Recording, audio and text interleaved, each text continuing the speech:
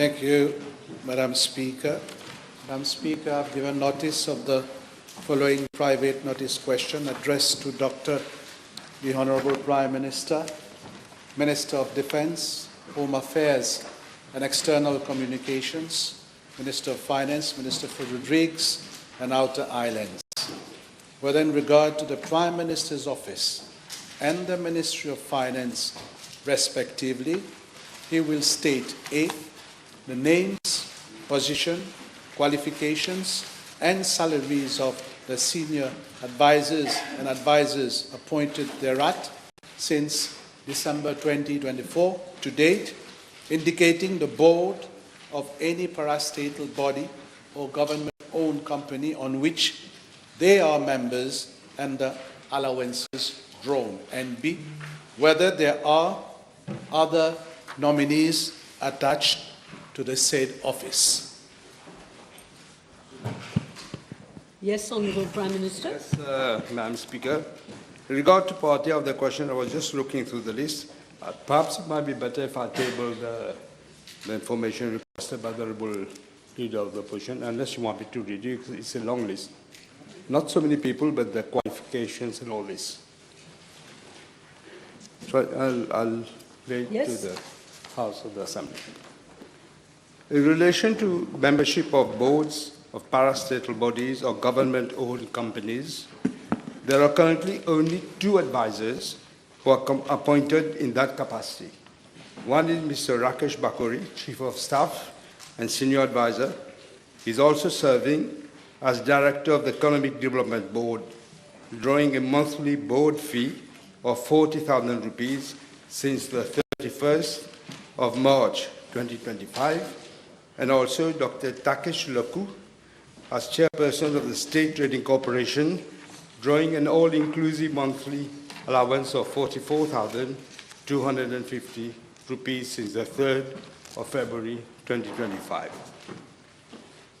Madam Speaker, I wish to refer the Honourable Leader of the Opposition to the statement I made to the House at our sitting on the 25th of June 2025, wherein I pointed out that except in a couple of cases where advisors are serving on boards and committees, I have given strict instructions not to have any other advisor to serve on boards and committees. That is from the 25th of June 2025.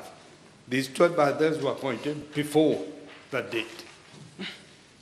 Madam Speaker, it would be apposite for me to explain the rationale of this decision.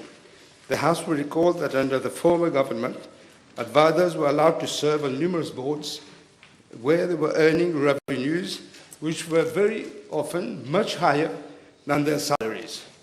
Let me give you a few examples where advisors were authorized to make such a gross abuse of their membership on boards and committees.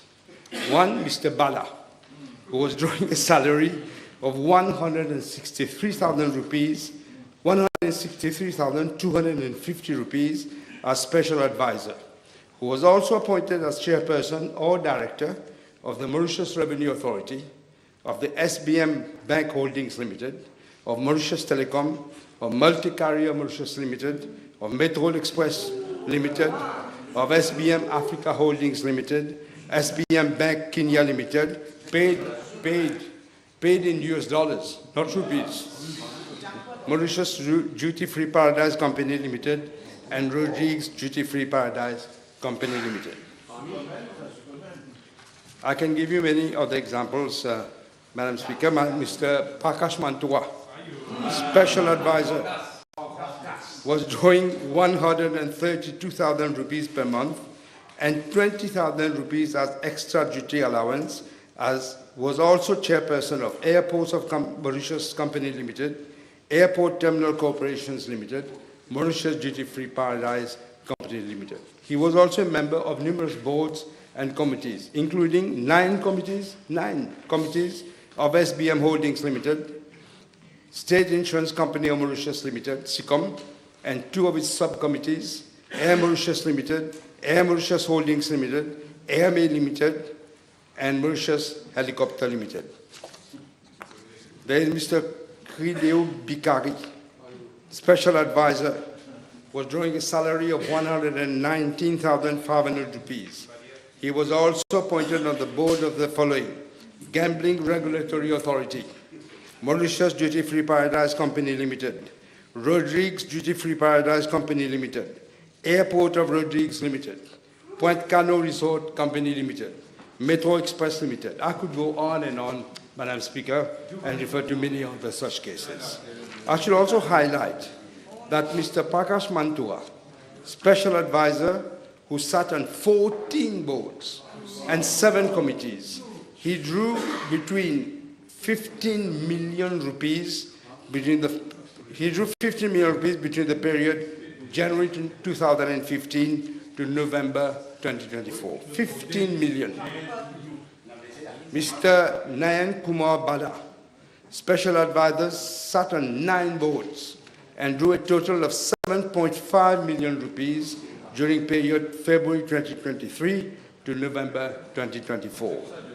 Mr. Credio Bikari, Senior Advisor, sat on 6 boards and 3 committees, and he drew a total of 16 million rupees from March 2015 to November 2025. Mr. Ken Oya, Senior Advisor, sat on 7 boards and committees, 4 committees, and he drew a total of 11.3 million rupees during the period February 2018 and September 2021. There are other names I could keep going on.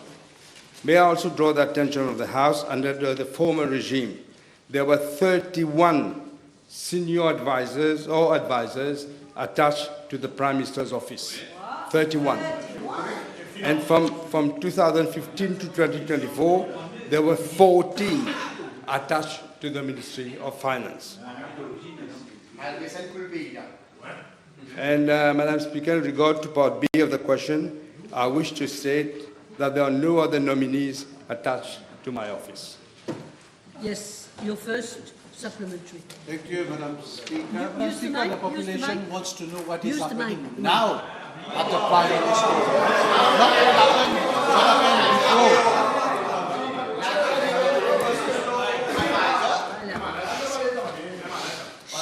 Madam Speaker, Let the him Honourable Prime Minister mentioned his Chief of Staff. Can we be informed what are his duties, Madam Speaker? Already, Madam Speaker. That is why Chief of Staff does. He looks at, I can give you the details if you want, but it will take time.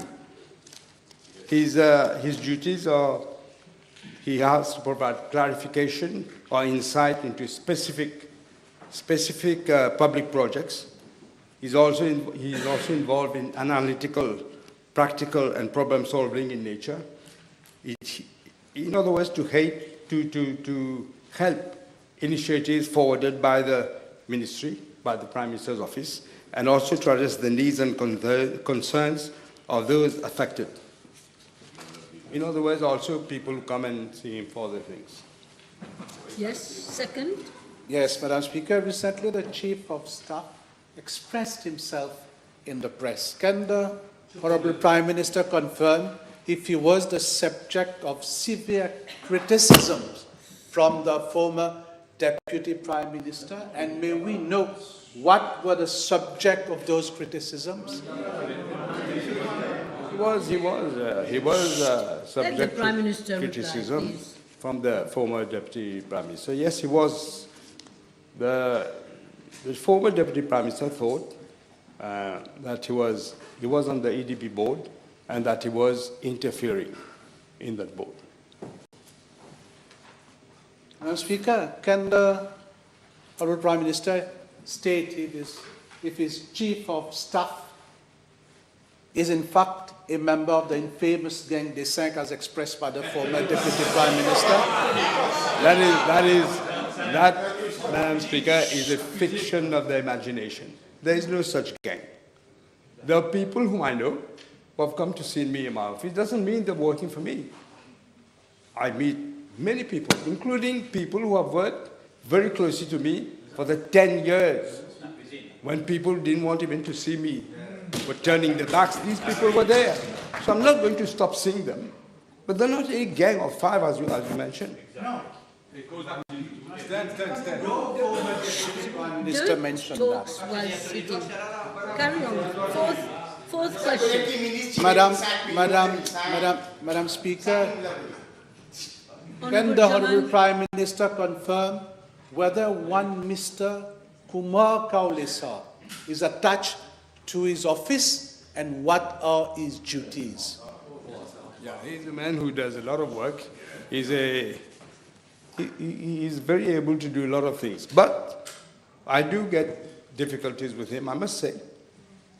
In fact, at one point, I did ask him to leave the office, the PMO, and then many people from the party actually asked me to be a bit kinder. There was no need to ask him to leave. So I asked him to come back in a different position.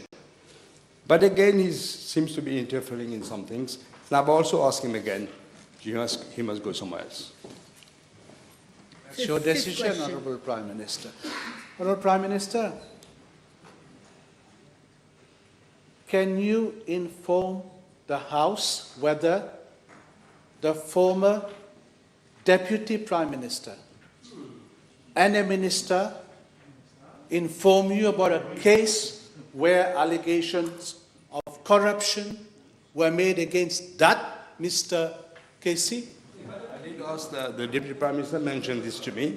I did ask the Minister, and he completely denies it. He says it was misunderstood. There was not a case of corruption, but somebody came to see him to try to influence him on some board or whatever was going on. Inquiry on a government school. An inquiry is going on there. The former Deputy Prime Minister stated No, that it was a case of corruption. Question. Now, can the Honourable Prime Minister confirm to the House whether the minister who went to complain to the former Deputy Prime Minister is his Minister for Education, Honourable Ganga Pasak?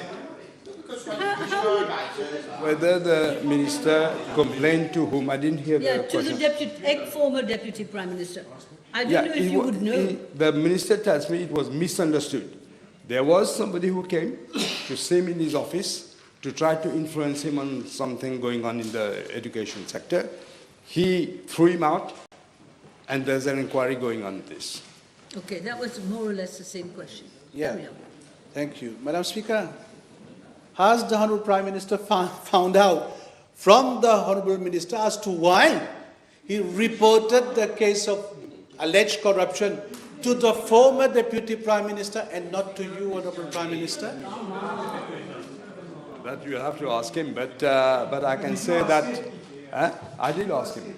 Good question from a sitting And, position. but it's the Deputy Prime Minister, it's the former Deputy Prime Minister who actually called him and wanted to know something. And he gave me the details about, what was it about? About the education and one school. About one school in the education sector. And this is why he gave the answer. But he didn't say he thinks it was misunderstood. Okay, let's move on. Yes. Yes, Madam next Speaker, question. can we know, Madam Speaker, from the Honourable Prime Minister whether the Honourable Minister for Education made a statement to the Financial Crime Commission about this case? As was an inquiry, there's an inquiry going on already, Madam Speaker. The Honourable Prime Minister said there is an ongoing inquiry by the Financial Crime Commission? No, not by the police. May I ask the Honourable Prime Minister whether he has informed the Financial Crimes Commission of this case? It's not, why do I have to inform the FCC? A police inquiry is going on, not on the substance of what he's saying, but on something else, but concerning the same person. Honourable Leader of the Opposition, I have given you a lot of leeway, but your supplementary must be related to your main question. Not quite. Try and be more plus pointu. I am, Madam Speaker. The Honourable Minister for Social Security expressed very serious concerns with regard to corruption, stating that it is worse than what the former Deputy Prime Minister stated. Will the Honourable Prime Minister consider, since his office is concerned, reviewing all nominations made at the level of the PMO, since both, that is the former Deputy Prime Minister and the actual Minister for Social Security, targeted your office, Honourable Prime Minister? I don't recall the Minister of Social Security targeting my office. We are being very stringent, Madam Speaker. We said there will be zero tolerance on corruption, even if it is nothing compared with what happened during the MSM regime. But still, we have to look and try to weed out those who are corrupt. Yes, I think your sixth question maybe. I'll be completing, Madam Speaker.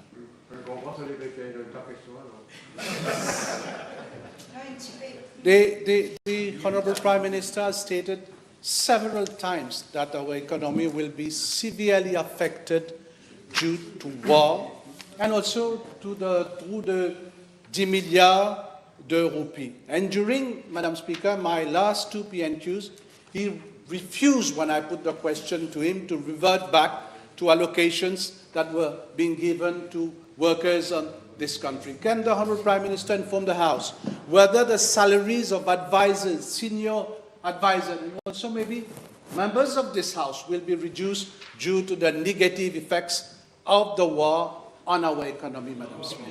Yes, Prime Minister. I must tell the Honourable Leader of the Opposition that he mustn't be aware. We haven't increased the salary since quite a while. Not only that, we have given the PRB. There is now anomalies that are arising. Even with the members of Parliament, there are anomalies which I think should be corrected. But you must realize that the advisors are not getting anything. I just mentioned a few, like what they were getting before. They were getting fortunes, millions. It's not the case anymore. The Honourable Prime Minister confirmed that some persons who are not advisors have regular access to his office. Can he? That's what he said. That's what he said. But that is not related to No, my question, Madam Speaker, can he confirm whether these persons are allowed to give instructions to public offices? I don't know who he's referring to, but I can tell Prime you. Minister, he's referring to your answer earlier on that people come and see you. Yeah, That's people all. can come and see as much as they want, Yeah. if I have time. But let me reassure the Leader of the Opposition, maybe he doesn't know me very well. I take my own decisions. Let me give an example, Madam Speaker. For example, there was one Mr. Casey, the same Mr. Casey, who had access to areas reserved for VVIPs. I'll give you an example. At the receptorium of the Sir Siu Sagar International Airport during the arrival ceremony of the President of Seychelles. Do you confirm that? I'm trying to work out who's KC. I think I guess who it is. Yeah, but he works in my office. He's allowed to come there. So he works in your office? Yeah. He's paid for that also, for working in your office? Of course, he's one of the advisors in my office. Good. You finished. Okay. Thank you. Yes, Honourable Fourth Member for Portwich North. Your question? Yes. He just arrived. Yeah. Don't tease him. B149. 149. Yes. Madam Speaker, with regard to part A of the question, I'm informed by the Commissioner of Police that on Sunday, the 25th of January 2026, at about 15:50 hours, an anonymous call was received at the Trudodus police station requesting police intervention at Palmore Public Beach, where loud music was being played from several vehicles parked thereat, thereby causing a nuisance. A team from the Trudodus police station proceeded to Palmore Public Beach at around 16:00 hours. Upon arrival, police officers noticed several vehicles parked at the site, including one white car with its boot open and playing very loud music. Whilst the police officers were making inquiries regarding the owner of the said vehicle, several persons who were nearby and consuming alcoholic beverages became hostile and attempted to obstruct the officers in the execution of their duties. At around 17:00 hours, the police officers accordingly sought reinforcement, and teams from the Emergency Response Service, the Police du Tourisme, and the Divisional Support Unit called to the location at around 18:15 hours to assist the officers.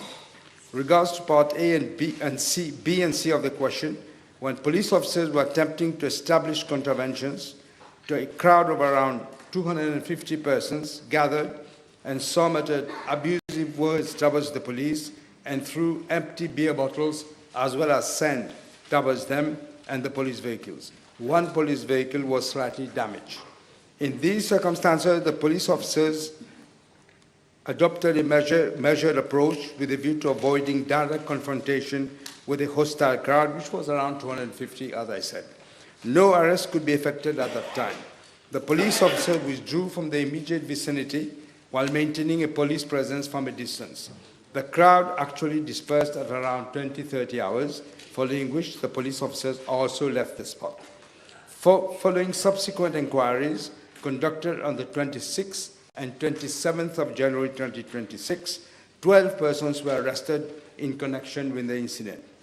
Out of these, 8 were provisionally charged for the offense of rebellion and 1 for rogue and vagabond, whilst 3 persons were released after inquiry. 4 persons were also contravened for playing loud music. I have requested the Commissioner of Police to complete the inquiry at the earliest. As regards part B of the question, I wish to inform the House that the police is now deploying a contingent of the Special Mobile Force, together with the Divisional Support Unit, Emergency Response Service, and Police du Tourisme, as well as Police de l'Environnement, every Sunday from 12:00 hours to 20:00 hours at the main public beaches. We also, Madam Speaker, as I mentioned last week, we are also looking at the possibility of increasing the fine. Even though it is rather high, we think we should be increased. And as I mentioned last week in my reply, I think BQB 78, we will not tolerate that police officers are sworn at and distracted while performing the police duties. People must respect the uniform of that police officer who is doing a public duty. The law will be strengthened and be made more severe. Thank you, Prime Minister. Yes? Yes, Madam Speaker. The first question, Madam Speaker, if you'll allow, is firstly, why was it deemed appropriate to allow those persons who, according to the Prime Minister himself, were consuming alcohol, were violent, had been rebelling against police officers, so much so that they were impuissants? The question being, why was it deemed appropriate to let these persons simply go on that night? And why was the SMF and the SSU not mobilized there and then, when it was obvious that they were, when the ratio of police officers to violent individuals was very much off? As I explained, Madam Speaker, the police wanted to avoid a direct confrontation with about 250 persons.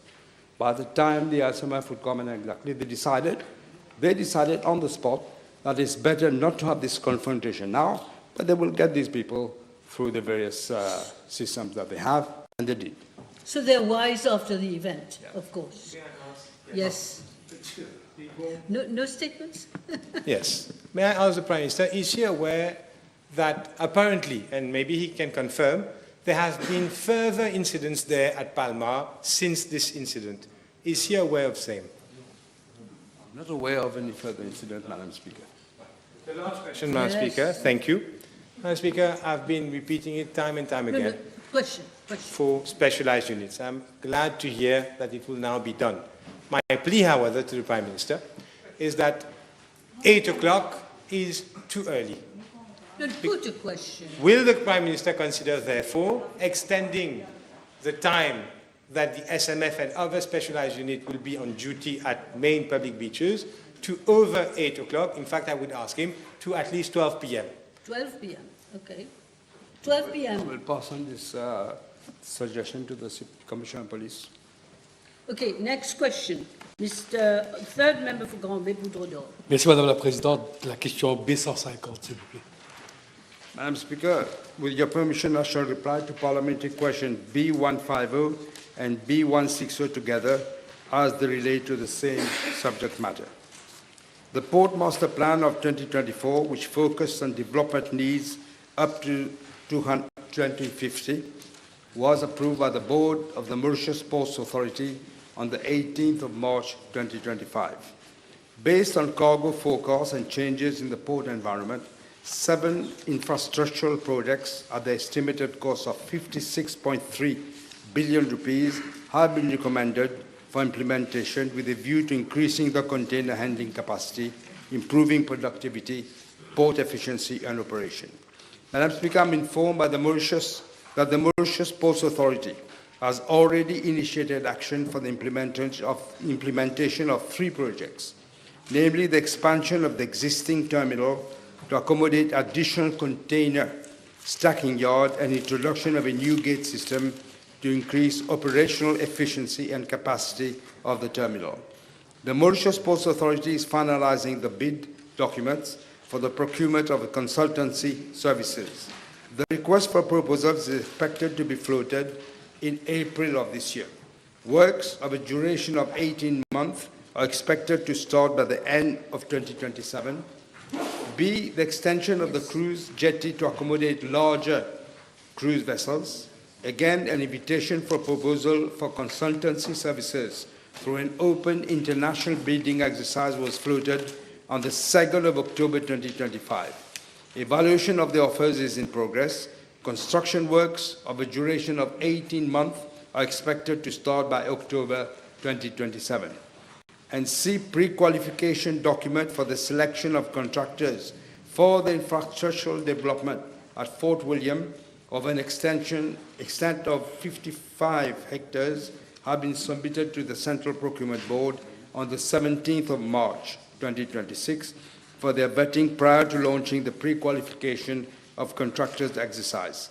Works of a duration of 15 months are expected to start by April 2027. In addition, the reconstruction of case B and C, presently occupied by the National Coast Guard, is being looked into. 2 jetty projects would be financed by private promoters who would be operating at Fort George and Fort William. The Mauritius Ports Authority has already earmarked land of a total extent of 3 hectares at Fort George for the development of petroleum storage facilities.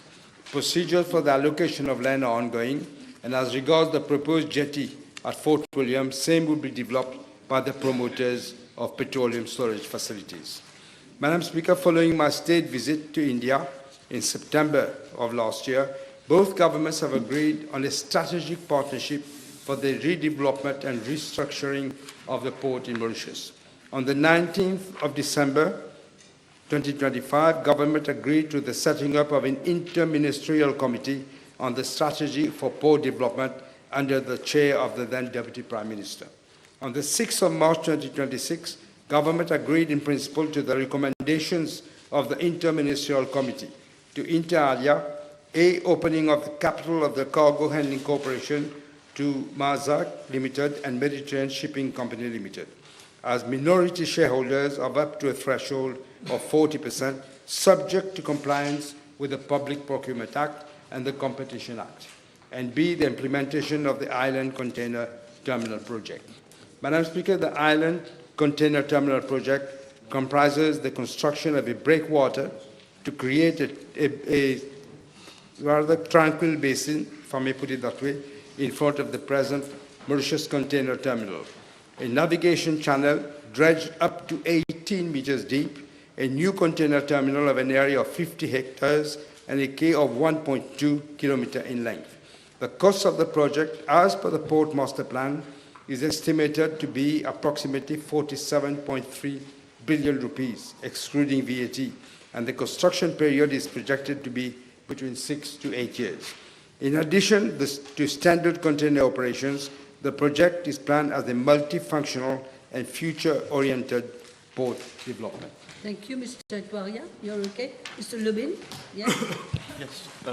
May I ask the Honourable Prime Minister, how will the role of the MPA as a landlord and regulator be preserved in the event of increased private sector participation in the development of the port? The private sector will be less than 50%. Okay. One more? Yes. Yes? And does the Port Master Plan incorporate Green Port Initiative as it is being done around the world? Because as at now, our port is very near to a bird sanctuary as well. So does this master plan will englobe this Green Port Initiative? Yes, it will. Okay, thank you. Now, Mr. Bichuk, I think. Oui, Madame la Présidente. B 151, s'il vous plaît. Madam Speaker, again, I shall reply to parliamentary questions B151 and 158 together as they relate to the same subject matter. In regard to Part A of the question, I'm informed that as of 27th of March 2026, 64,165 foreign workers are employed in Mauritius, of whom 50,234 are holders of work permits under the Non-Citizens Employment Registration Act, and 13,931 are holders of occupation permits under the Immigration Act. The main sectors in which they are employed include manufacturing, construction, agriculture, tourism, and SMEs. I'm also informed by the Passport and Immigration Office that as 27th of March 2026, 6,926 foreign workers are overstaying in Mauritius. The details are as follows. 2,819 have been reported as missing by the employers, and their work permits have been cancelled. 2,698 have expired work permits and are awaiting renewal thereof, and 1,409 have expired work permits and no applications for renewal were submitted. I'm tabling the nationalities of the overstaying foreign workers. Madam Speaker, as of 27th of March 2026, 6,656 foreign students hold valid residence permits. Foreign students are allowed to work up to 20 hours per week without the need of any work permit. The Ministry of Labour and Industrial Relations is considering to review the existing policy to require concerned institutions to apply for work permits to allow foreign students to work for a maximum period of 20 hours. With regard to Part B of the question, the tracing and tracking team of the Passport and Immigration Office, in collaboration with other units and branches of the police force, do regular crackdown operations throughout the island. For the year 2025, 97 such operations were carried out, resulting in the arrest and repatriation of 944 foreigners. Since the beginning of this year, 24 crackdown operations were carried out and 151 foreigners were repatriated. Madam Speaker, to ensure compliance by employers with within the current legislations, I'm informed that the Ministry of Labour and Industrial Relations is not issuing new work permits unless and until the concerned employers have taken the necessary measures to renew the expired work permits of foreign workers or to repatriate them. Madam Speaker, my government is very concerned about the problem of foreign workers overstaying in the country and is coming up with the following measures to address the matter. One, a combined work and residence permit with the inclusion of a QR code which would allow labour inspectors or the police to verify the real-time status of the work and residence permits during surprise visits. B, a rules-based work permit system which will be implemented, which would also include an accreditation framework for employers to make them more responsible and liable for foreign workers they recruit. Yes, Mr. Bichuk, you're okay. Mr. Rukni first. Oh, I'm sorry. It's all right? Thank you, Madam Speaker. Could the Prime Minister please advise the House what problems is the police or PIU having in policing these overstaying workers? It's a good question. The problem is they seem to disappear in thin air. So the police are looking for them. I've asked the Commissioner of Police, in fact, strengthen the crack team that is doing the work in cooperation, including the SMF if need be. Yes, Leader of the Opposition. Madam Speaker, may I ask the Honourable Prime Minister to confirm the following. In reply to a PQ, the Minister for Labour stated that some 3,000 cases of illegal employment have been regularized. Do we understand that we've made something illegal legal? No. It's very often what happens is they have submitted their work, the application for a permit, if I'm not mistaken, and it's being gone through the system. Okay, we finished with that issue, okay? Miss Honourable Third Member for Bobassa. B152, please. Madam Speaker, I'm informed by the Gambling Regulatory Authority that as per Section 22.2 of the Rules of Racing of 2024, any jockey and apprentice jockey is mandatorily required to have an insurance cover. Although the rules do not specify the type of cover, insurance taken for jockeys and apprentice jockeys, both local and international, are usually of two types, namely personal accident and health catastrophe cover. With regard to Part A of the question, I'm informed by the Gambling Regulatory Authority that it is the responsibility of the horse racing organizer, currently the MTC Jockey Club, to arrange the insurance cover, which is then billed to the jockey and the apprentice jockey. I'm informed that under the previous government, the People's Turf PLC did not provide for insurance cover for the jockeys and apprentice jockeys for both 2023 and 2024, the period during which it was, that is the PLC, was the horse racing organizer. And this was against the principles of the Gambling Revenue Authority, to which the latter, I must say, turned a completely blind eye. They didn't do anything about it. The annual premium for the personal accident cover is as follows: 172,500 for a local jockey and an apprentice jockey, and 87,500 for a foreign jockey. The annual premium for health insurance is 14,244 for both local jockey and the apprentice jockey. Concerning Part B of the question, I'm informed by the Gambling Regulatory Authority that as per Section 20 of the Rules of Racing 2024, a person can apply for an apprentice jockey license if that person is aged 16 years or more. This is, I believe, the international practice. Furthermore, this age limit is in line with Section 10 of the Workers' Rights Act, which provides that a person is considered to be of full age and capacity to enter into an employment contract only if the person is aged 16 years or more. Madame la Présidente. Yes. Merci.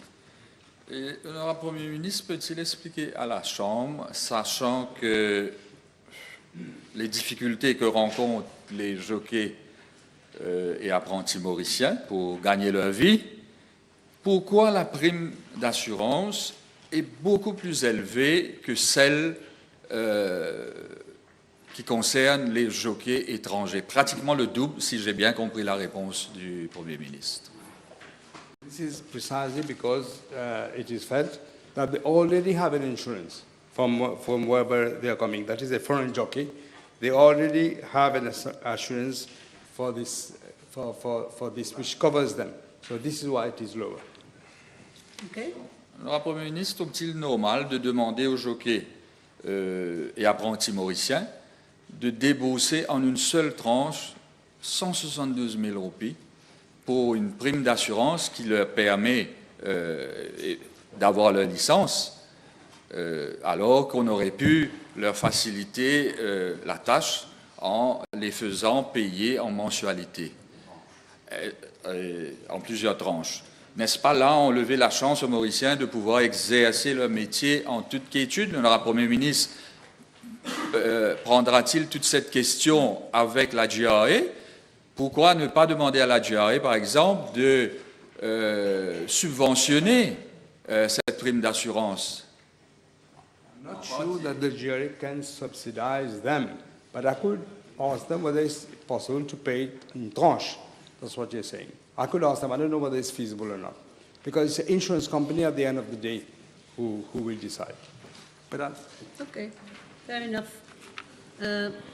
Now we have first member for Sabah. Thank you, Madam Speaker. B153. Madam Speaker, I'm informed by the Commissioner of Police that for the period 1st of January 2026 to 27th of March 2026, a total of 650 cases of driving under the influence of alcohol were detected by the police. Out of these 650 cases, I'm informed that 46 suspects are the second offense, 5 are the third offense, and 2 are the fourth offense. As regards the action being contemplated to prevent repeating such offences, I'm informed that the police are intensifying targeted enforcement operations, including alcohol tests, checks, vehicle checkpoints, and patrols at high-risk periods and locations, while also pursuing public awareness and sensitization campaigns to discourage drink driving and promote responsible behavior. Madam Speaker, over and above these measures, government has already announced that stringent actions are being taken and will continue to be taken against all forms of road traffic offences. In fact, the Road Traffic Act has recently been amended to reintroduce the penalty point system, which provides for stricter sanctions, including automatic disqualification upon accumulation of penalty points. These amendments also include longer periods of license suspension for repeated offenders and tougher fines and penalties for serious traffic offences. Additionally, the Ministry of Land Transport is currently working on a new piece of legislation whereby vehicles of persons booked for driving under the influence of alcohol or drugs will be immediately impounded. The Commissioner of Police will be empowered to take ex parte application, to make ex parte application to a judge in chambers for the immediate suspension of driving licenses in such cases. Yes. You're right? Yes? Okay, now I have the third member for Portrush North, Mr. Kazem. Thank you, Madam Speaker.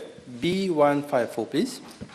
Madam Speaker, there are currently 14 vacant positions at the Registrar General's Department in different grades.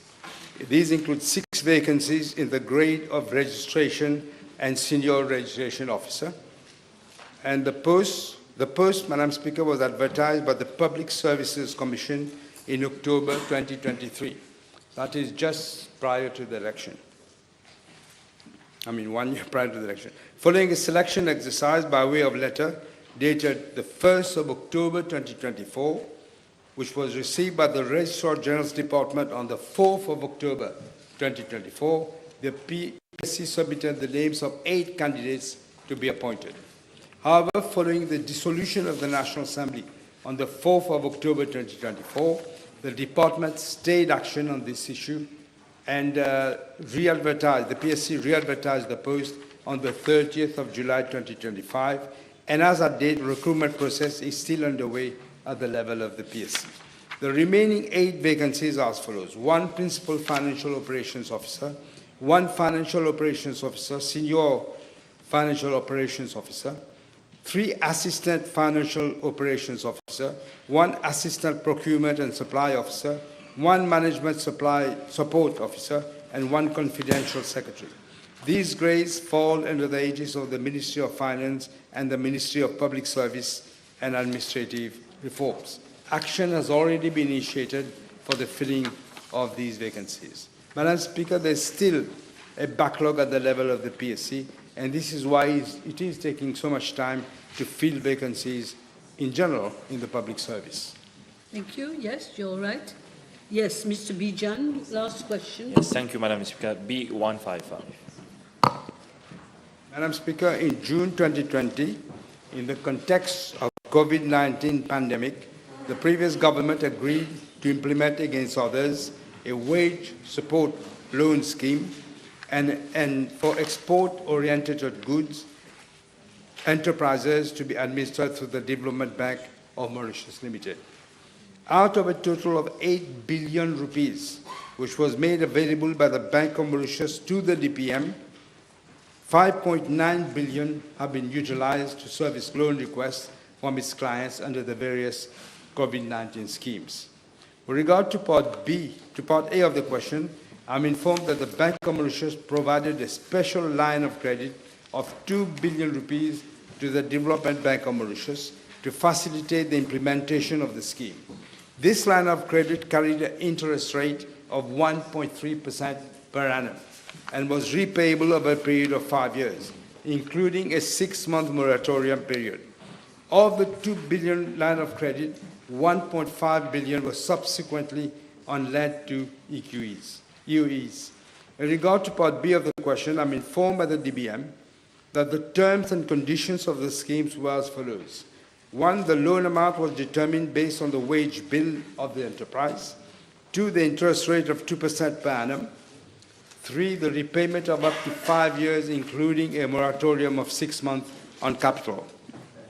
With regard to Part B1 of the question on security requirements, I'm informed that the Development Bank of Mauritius that in the context of the COVID-19 pandemic, and given that the enterprises were in distress, the board of the DBM approved the scheme whereby no collateral was requested as security from the beneficiaries of the loans, contrary to the usual credit policy guidelines of the Development Bank of Mauritius or of any other bank. Madam Speaker, with regard to Part B2 of the question, an amount of 1.5 billion rupees was disbursed under the scheme to 43 enterprises. To date, 580 million have been repaid, comprising both capital and interest. Currently, 36 enterprises are in arrears for an amount of 335 million rupees, that is 299 million rupees in capital and 36 million rupees in interest.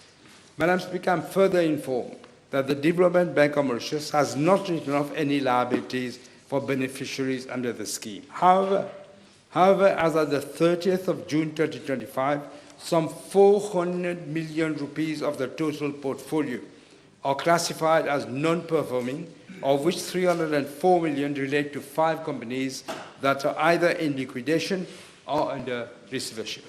The 5 companies are Star Knitwear Group Limited, Jockey International Limited, Beachwear Exports Company Limited, Les Ateliers Créatifs de l'Océan, and Riverwalk Investment Limited. As the House is aware, incidentally, Star Knitwear Group still owes the IMIC a sum of 425 million rupees. With regard to the impact on the DBM, such provisioning for non-performing loans have seriously affected the accounts of the Development Bank of Mauritius, which shows substantial loss of 388 million rupees for the financial year 2024-2025, compared to the positive performance recorded over the past 3 financial years. Furthermore, the non-payment of the dues by the beneficiaries of the scheme will further impact on the DBM's capacity to meet its repayment obligations to the Bank of Mauritius. Today, the Development Bank of Mauritius has been squeezed out of all essential funding, preventing it to deliver on its core mandate because cronies of the previous government have looted the bank. This is yet another case of broad daylight robbery of public funds under the previous government, which has now endangered the financial standing of the Development Bank of Mauritius. Madam Speaker, I've given instructions for an inquiry to be carried out on the whole matter to find out all those responsible for this big financial scandal. As regards Part C of the question, I wish to inform the House that in June 2020, the Minister of Finance issued a letter of comfort to the Bank of Mauritius to the effect that government will make its best endeavors to ensure that the DBM meets its obligations in respect to the line of credit. It also provides an underlying fiduciary guarantee that government will be liable for all liabilities in case of default. Thank you. Yes, Mr. Vijan. Thank you, Madam Speaker. In light of the alleged abuse of the scheme by the former government, will the Honorable Prime Minister inform the House whether any action will be taken to chase those companies which have taken millions of rupees from the DBM and have winded up after benefiting from the said scheme? It is the intention of government to do exactly that. In fact, we know that, for example, one company has taken all this money and has relocated in South Africa. All this we are looking at. Thank you. Time is up now. Thank you very much, everyone. Now, PQ, the table has been advised, honourable members, that PQB 175 will be replied by Honourable Minister of Local Government. PQB 176 will be replied by Honourable Minister of National Infrastructure. Now, we've also been advised that the following PQs have been withdrawn. B161, 162, 172, 159, 170, 171, 165, 163, 166, 156, 167, 169 and 168. Thank you. Honourable Second Member for Gambé, again. Thank you, Madam Speaker. B173. Madam Speaker, I wish to inform the House that lodging accommodation for migrant workers and other guest employees are governed by the Occupational Safety and Health Act 2005 and the Occupational Safety and Health Employees Lodging Accommodation Regulation of 2011. Regulation 6 of the regulation provides that no employer shall use a building as lodging accommodation unless he holds a lodging accommodation permit, LAP, in respect of that lodging accommodation. Enforcement of the regulation are ensured by the Employees Lodging Accommodation section of the National Occupation Safety and Health Department of my ministry. Madam Speaker, with regard to Part A of the question, I wish to inform the Honourable Member that as per advice tendered by the Attorney General's Office and in view of the provisions of the Data Protection Act, it would not be proper to circulate the names of the potential employers who applied for the LAP. Over the past 6 months, that is from October 2025 till March 2026, 318 applications were received at my ministry, in respect of which 220 permits has, as at date, been issued. In addition, 14 applications has been approved, but the application have not yet been effected. The applicant has not yet effected payment of the appropriate fees for the issue of the LAP. Pending cases are as follows. 18 applications, payment of permit fees has been effected and same are being processed for issue of permit. For 5 applications, letter of compliance are being awaited from the employers. And for 2 applications, amended clearances are being awaited from the Mauritius Fire and Rescue Services and the Ministry of Health and Wellness. As regards the remaining 59 applications, these will be determined at the meeting of the Lodging Accommodation Committee established under the regulations scheduled for today itself. Madam Speaker, the average time taken between submission of a LAP application and the conduct of the first inspection at my ministry is 21 days. Concerning Part B of the question, I'm informed that the ELA section of my ministry has conducted 413 inspections in respect of 318 applications submitted by potential employers over the past 6 months. Accordingly, I am tabling the number of potential employers who have submitted application for LAP over the past 6 months, together with the respective dates of the application, dates of visits carried out at for the various lodging accommodation. Yes, Mr. Vijan. Now, as regards, sorry. You haven't finished. Yes, I haven't finished yet. I'm just tabling this. Madam Speaker, I wish to highlight that as at date, out of 84 established posts in the NOSH department of my ministry, only 56 officers are physically in post. With regard to the section dealing with LAP application, out of 14 funded posts, there are 5 vacancies. That is 1/3. So we have a big staffing problem at the ministry. On average, my ministry receives more than 50 new applications for LAP every month, and the number is increasing. Despite all efforts, it has not been possible to reduce the time taken to process LAP application in view of the increasing number of applications and the acute shortage of staff at the NOSH department.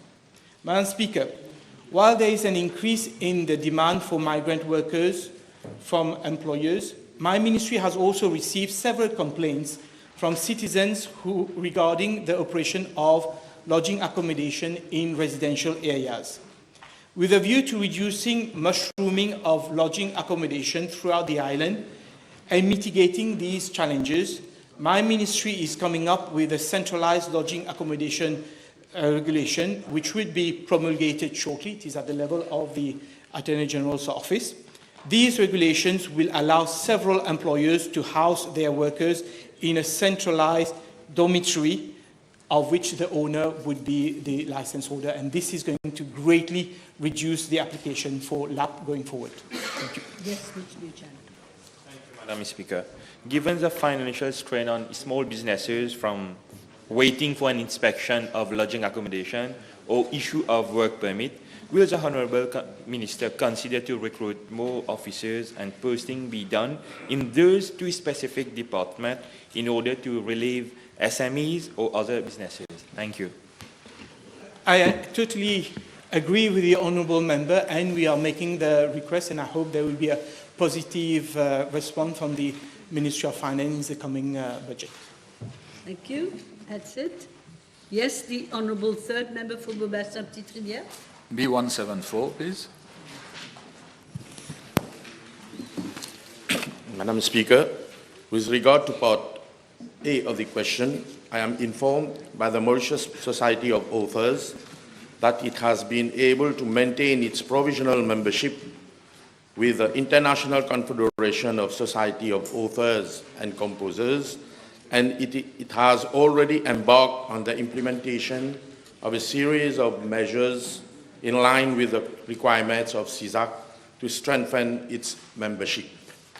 I am also informed that at its General Assembly held on 28 May 2025, CISAC had approved the extension of MASA's provisional membership for a further period of 2 years, subject to compliance with strict conditions, as CISAC had already informed that no further extension will be granted. Madam Speaker, it is important to underline that the situation we inherited was a matter of serious concern. For years, there had been clear warning signals regarding the governance, compliance, and overall functioning of MASA. This prolonged inaction placed MASA's international standing at risk and created uncertainty for Mauritian artists. Madam Speaker, faced with this situation, my ministry has acted promptly and responsibly. In this context, I am informed that the Regional Director for Africa of CISAC effected a mission to Mauritius from 23rd to 27 February 2026 to guide MASA on the measures required to ensure compliance and safeguard membership. Madam Speaker, I am further informed that MASA has already initiated concrete steps to meet CISAC requirements, including, first, uploading of the audited financial statements for years 2020-2021 and 2021-2022 on the CISAC's governance portal on 31st October 2025. Second, submitting the financial statements for the years 2022-2023 and 2023-2024 to the National Audit Office for auditing, with unaudited version already uploaded on the portal.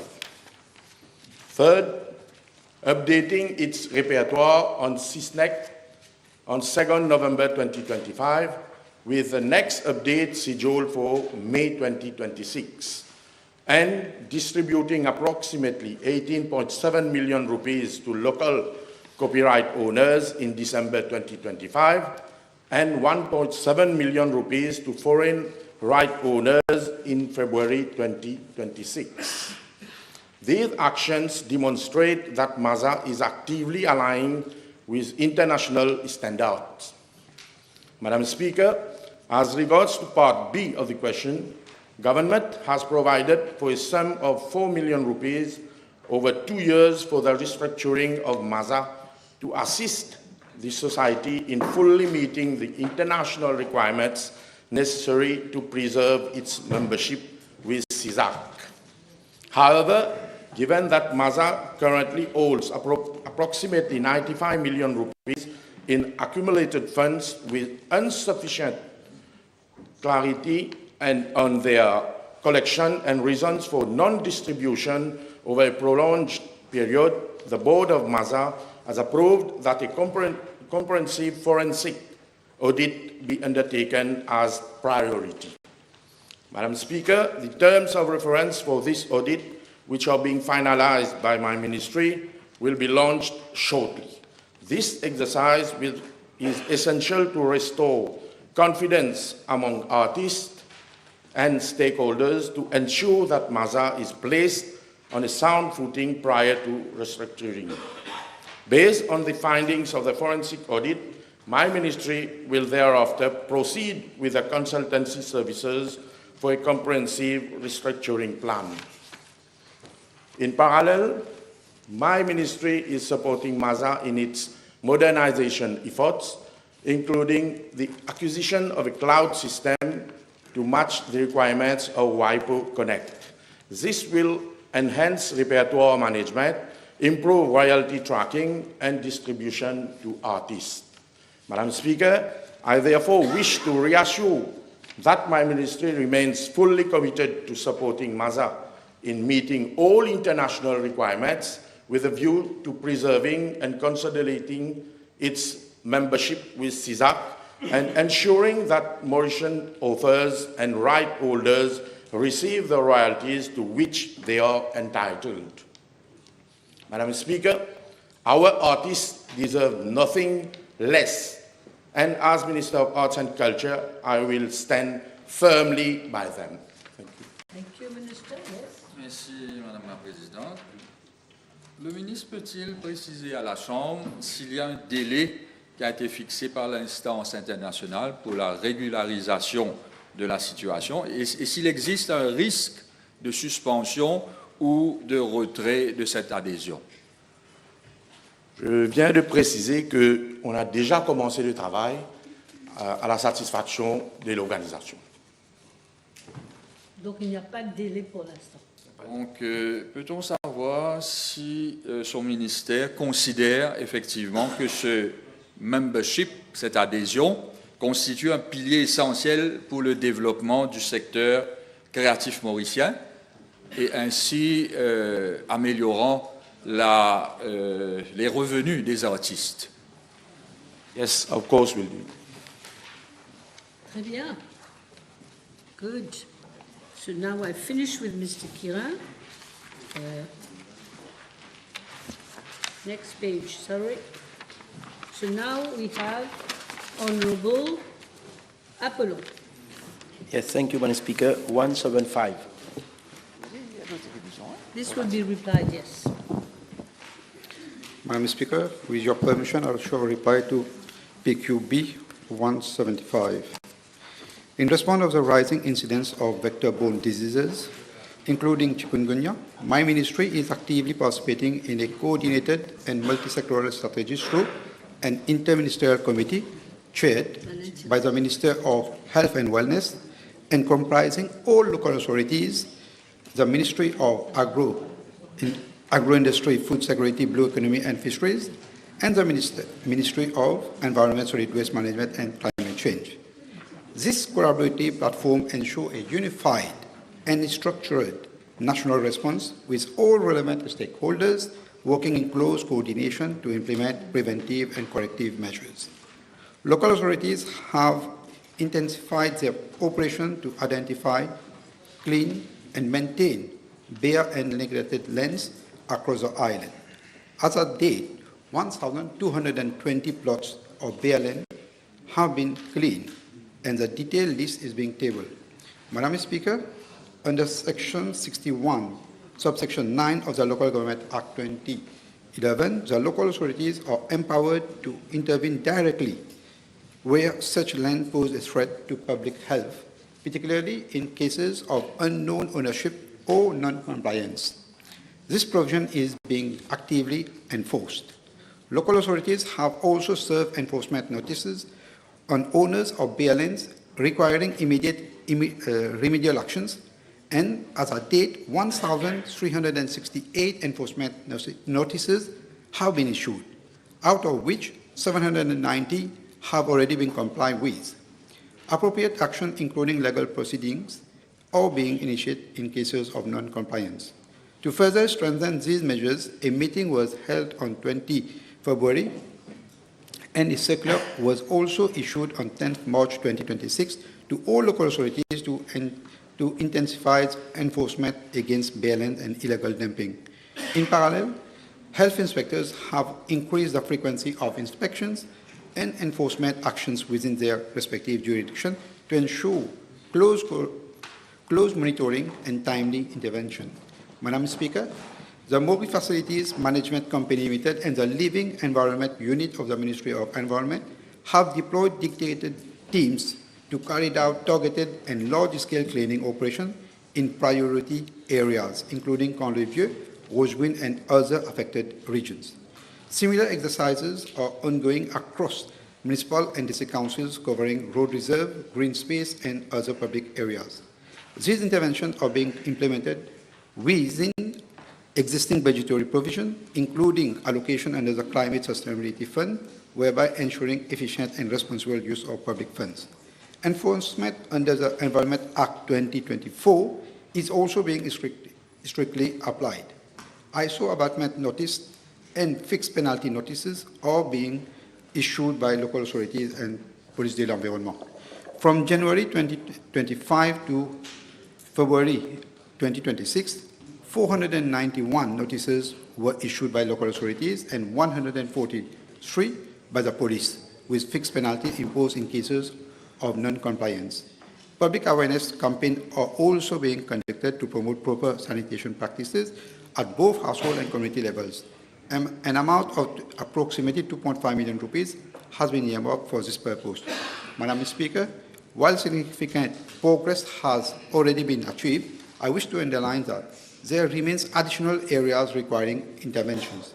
In this regard, recruitment of additional personnel started last week and is currently ongoing. Upon completion, these additional resources will allow for the deployment of more dedicated teams to further strengthen the cleaning and maintenance of BLN and to enhance our national response in combating chikungunya and other vector-borne diseases. On Thursday next, that is on 2nd of April, we will have another interministerial committee which will be held at the Office of the Ministry of Health and Wellness. With your permission, Madam Speaker, I am tabling a detailed information including the details, the extent of lands clean and enforcement action undertaken. Thank you. Thank you, Minister. Yes, very good. Now, B176 has been withdrawn. Table has been advised. While I'm at it, I'm also telling you about B203, B184, B213, and B218 that have been withdrawn. So, Ministers, please take note. Now, so we go with Mr. Lubin then. Thank you, Madam Speaker. B177, please.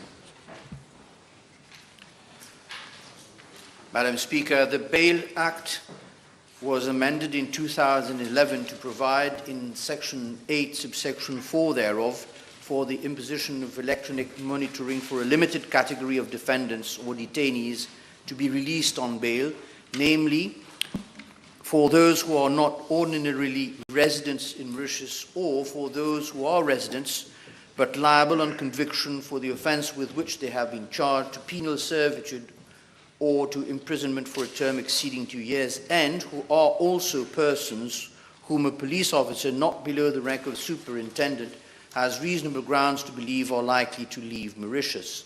Section 8.4 was not and has still not been proclaimed. My office has contacted the Office of the Commissioner of Police, which is responsible for the implementation and operation of the proposed electronic monitoring of defendants and detainees. And the Commissioner of Police has informed my office that a technical committee was set up at the time under the chairmanship of the then Deputy Commissioner of Police Administration to examine the implementation and use of the electronic bracelets for persons to be released on bail. However, that committee decided that it would not be prudent to proceed with the project due to its high cost implications. The project was thus put on hold indefinitely. As at today, it is not possible to give a time frame for the implementation of the project, which, though commendable, is one which is very costly. We have to look at the priorities of the day, and at the moment it is not possible to give a precise timetable for its implementation. However, this issue will be looked into anew at the time we finalize the Police and Criminal Justice Bill later this year. Okay, that's it. Good. Now we have Mr. Bijan again. Thank you, Madam Speaker. B178. Madam Speaker, I wish to inform the House that raised tables or traffic calming measures installed on public roads and are placed at locations where a reduction in vehicle speeds is deemed necessary due to safety consideration. Such locations may include straight road alignments, residential zones, and areas with high pedestrian activity. I am informed by the TRMSU that over the last 2 years, the following traffic calming measures have been carried out in constituency number 6. Number 1, construction of a raised table along Saint-François Road at Petit Raffray. Number 2, implementation of a raised pedestrian crossing at Lux Hotel Grand B. Number 3, conversion of an existing at-grade pedestrian crossing into a raised pedestrian crossing at Vale Road at Upper Vale near the Mandir. Number 4, furthermore, the following road safety measures have been implemented. Installation of a fixed speed camera at Font-du-Sac along Plaine des Papayes Road, B11 in November 2024, and also implementation of speed zone of 40 kilometers along Grand Gob Road, Coastal Road at Rocheterre near Rocheterre Government School in July 2025. Madam Speaker, I am made to understand that the TRMSU is pursuing discussions with the District Council of Rivière-du-Rempart regarding the implementation of both single and double yellow line marking at some 10 locations identified in October 2025 to prevent on-street parking of vehicles and entrance road safety in the region. The Honourable Member will surely recall that we had effected a site visit together with his 2 colleagues chairs. I have to highlight, Madam Speaker, that several projects identified across the island, I go to the national level now, including constituency number 6, could not be implemented so far in view that the bidding exercise for the framework agreement by the Central Procurement Board took an excessively long time to materialize. I am informed that the bidding documents were finalized in May 2025 and bids were floated on the 3rd of June 2025 by the CPB. The recommendation of the latter were received only in January 2026 and challenge was subsequently lodged by one bidder. Fortunately, in view that the matter was not referred to the independent review panel, the contract was awarded by my ministry on 5th of March 2026, and I'm given to understand that the submission of the insurance cover is currently awaited from one of the selected bidders to enable signature of contract and issuance of work orders by the TRMSU. All pending works will therefore be implemented as a matter of urgency. I'm sure many of my colleagues across the island will be happy to learn about this development at long last, which will not be on our control. I'm further informed that in the continuous effort to improve road safety along public roads, the construction of traffic calming measures, a raised table at the following locations, which is part of the question in constituency number 6, are in the pipeline. 1, Cap Malheureux along B45 Road near Calimai, Coville, Cap Malheureux. Number 2, Cap Malheureux along B45 Road near Arya Samaj Mandir. Number 3, Rocheterre along B14 Road near TVS Supermarket. Number 4, Grand Gob along B14 Road near Viranda Paul and Virginie Hotel and Spa. Number 5, Perébert along Old Mill Road near Oasis Villa. And number 6, residential morcellement at Beaumanquier, Perébert. Madam Speaker, with regards to traffic light, I am informed that the T-junction at Montchoisy, Cap Malheureux Road will be soon near Bloom, will be signalized. in the course of time, during the course of this year.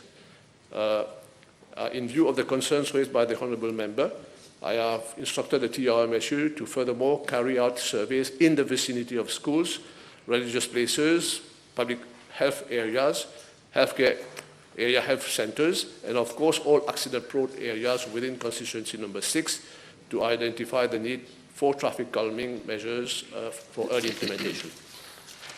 Yes, Mr. Vijay. Thank you, Madam Speaker. Can the Honourable Minister inform the House what budget allocations have been made for traffic calming measures in constituency number 6, Grand Bay Poudre in the current and previous financial year, and how much have been utilized till date? Yes. Madam Speaker, I'm given to understand by the TRMSU that the final figure is being worked out, but rest assured that they will be implemented. Like I said, all we needed was a good contractor, but now following the process of the CPB, we have contractors and they will be implemented in due course. Yes, okay. Yes, Mr. Bichuk. Madam Speaker, can the Honourable Minister please request the TRMSU to consider the following suggestion, that usually they apply a blanket rule of not allowing speed breakers, high-rise speed breakers, which is one single strip, that means from the right-hand side to the left-hand side of the road, rightly so, unless there are drains on each side. Can they consider the possibility of having those bumps which are divided into two with a passage in between, that means one on the right-hand side, one on the left-hand side, to enable the flow of water so that we don't face the situation that they usually refuse to have speed breakers on roads because there are no drains on each side? Very highly technical matter indeed. I will ask the technicians to look into, certainly. Thank you. Yes, Honourable Chief Whip, last question. Before lunch, I mean. Je vous remercie, Madame la Présidente. B179. Madame la Présidente, la CWA m'informe que les régions de Quatre-Bornes, Palma, Bassin, Belle-Rose, Sednac et Cité Kennedy, qui font partie de la zone d'approvisionnement en eau inférieure à Marouvakwa. Ces régions disposent d'un réseau vieillissant d'environ 60 km. Donc ces tuyaux sont sujets à des fuites. Les fuites visibles sont réparées par la CWA dans le cadre de ses opérations courantes. En cas de dysfonctionnement du réseau, laissant suspecter des fuites invisibles, du matériel de détection est déployé sur place pour localiser les fuites, puis les réparations sont effectuées. Madame la Présidente, la CWA a également indiqué que les équipements utilisés pour la détection des fuites sont principalement des détecteurs et enregistreurs de fuites acoustiques. Un budget est prévu chaque année pour l'acquisition de ces équipements. Il convient de souligner, Madame la Présidente, que des fois, des déviations de la circulation sont généralement nécessaires, ce qui influe sur le temps dont dispose la CWA pour effectuer les réparations. Afin d'améliorer l'efficacité du réseau de distribution d'eau dans ces régions, j'ai également appris que d'importants travaux de remplacement de tuyaux entre le rond-point de Saint-Jean et Rosil ont été prévus dans le cadre du programme de remplacement de tuyaux financé par la ligne de crédit indienne. Les appels d'offres devraient être lancés cette année-ci, donc dans 2 mois ou 3 mois, en juillet de cette année-ci. Madame la Présidente, les services de perte d'eau, non-revenue water, non facturés de la CWA comptent actuellement 5 personnes, seulement 5 personnes. Grâce au soutien budgétaire de l'AFD, l'Agence France de développement, dans le secteur de l'eau, la CWA renforcera ce service afin que d'ici 2027, chacune des 6 zones de distribution d'eau dispose d'une équipe de 5 personnes dédiée à la détection des fuites et à la gestion des pertes d'eau non fracturées.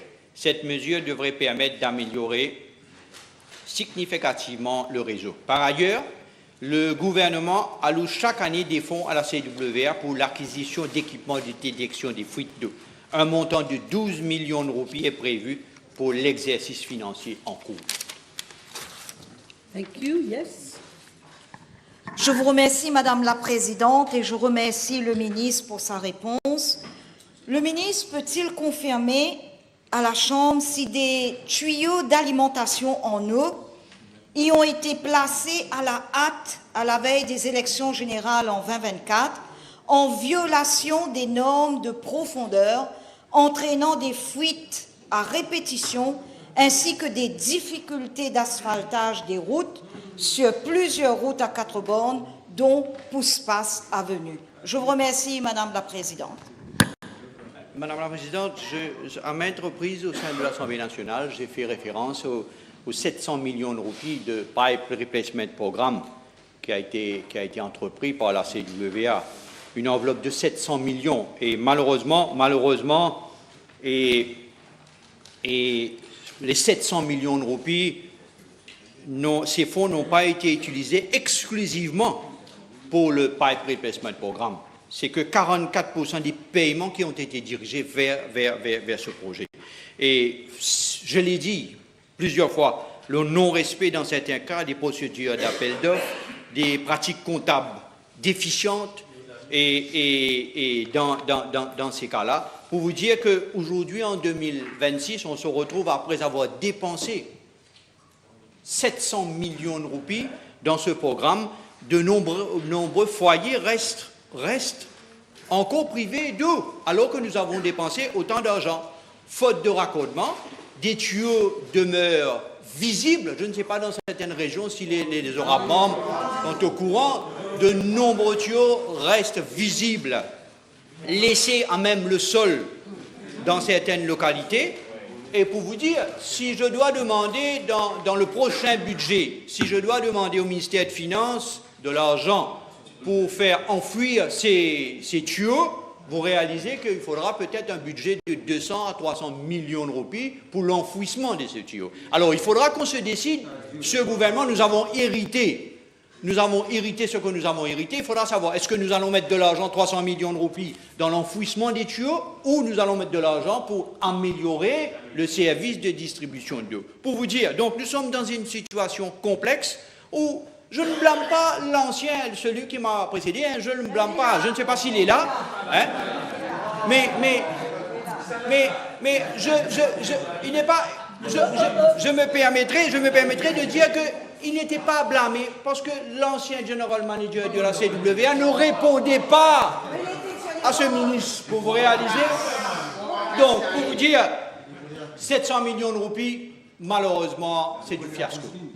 Je vous remercie, Madame la Présidente. Peut-on savoir du ministre si le projet pilote de réduction des pertes d'eau non-revenue water financé par l'Agence française de développement, dont il a fait mention dans sa réponse, pourra démarrer dans la circonscription de Belle-Rose 4 bornes numéro 18. Je vous remercie, Madame la Présidente. Oui. Donc j'ai failli être député là-bas. Allez-y, Ouais, monsieur le ministre. simplement pour rassurer, vous savez, le but de l'AFD, le projet financé par l'AFD, Madame la Présidente, c'est pour renforcer l'effectif du non-revenue water. Donc nous avons actuellement que 5 personnes dans une zone. Ce que nous voulons avec ce projet, avec le financement de l'AFD, ce que nous avons dans chaque zone, nous avons une équipe de 5 personnes. Donc, pour vous dire, malheureusement, en 2022, l'ancienne équipe avait aboli ce non-revenue water, alors que nous perdons plus de 60% sur notre réseau. Donc, avec l'appui de l'AFD, effectivement, pas que chez vous, l'honorable membre, mais dans différentes zones encore, nous aurons une équipe de 5 personnes, comprenant ingénieurs, ouvriers, cadres administratifs, qui sera postée dans chaque zone et aura la responsabilité de s'acquitter de cette tâche pour réduire. Nous essayons de réduire les pertes physiques et commerciales dues à des tuyaux vieillissants. Tout va bien? Parfait. Je lève la séance pour 1h30. On revient 2h30.